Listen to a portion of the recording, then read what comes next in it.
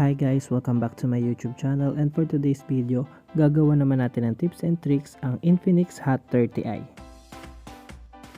Ang una ko guys na ituturo sa inyo is kung paano mag-screenshot sa Hot 30i. So ganun lang din, volume down plus power button. Pwede rin yung 3 fingers slide down.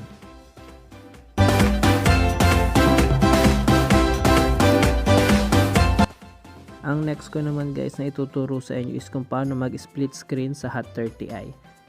Gawin nyo lang is mag-open kayo ng isang application, then i-minimize nyo siya. Once nag-minimize na siya, click mo yung arrow na nakababa, then click split screen, then saka ka mag-open ng other application.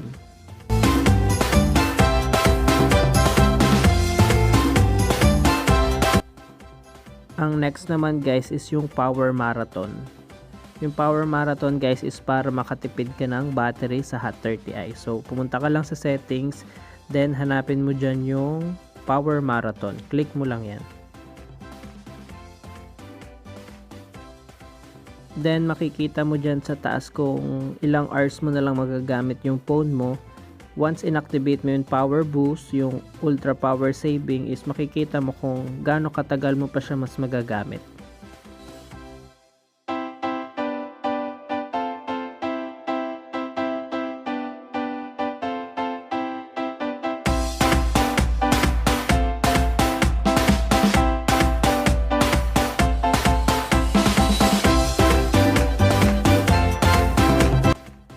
Ang next ko naman guys na ituturo sa inyo is yung special function ni Hot 30i.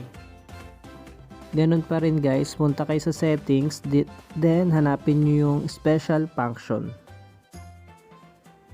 Then click nyo lang guys yung special function. Once open mo na yan, mababasa mo dyan yung memfusion, smart panel, game mode, yung social turbo, yung X-clone, saka yung video assistant. Yung game mode, pwede mo siyang i-activate once mag-game ka. Yung X-clone naman is, yan pwede kang mag-open ng application ng Facebook ng dalawang account. Yung video assistant naman guys is mag-i-improve yung quality ng video nyo once nanonood kayo. Ang next naman guys is yung kids mode ni Hot 30i. So nasa settings din yan, click mo yung settings.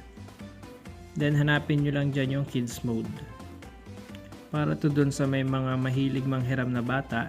Once inactivate mo na yan, pwede mo siyang lagyan ng password, then makikita mo lang dyan yung mga pwede mong i-add na application na para pwede sa bata. Kung ano lang gusto mong i-add na application, yun lang makikita nila once ginagamit nila yung phone mo.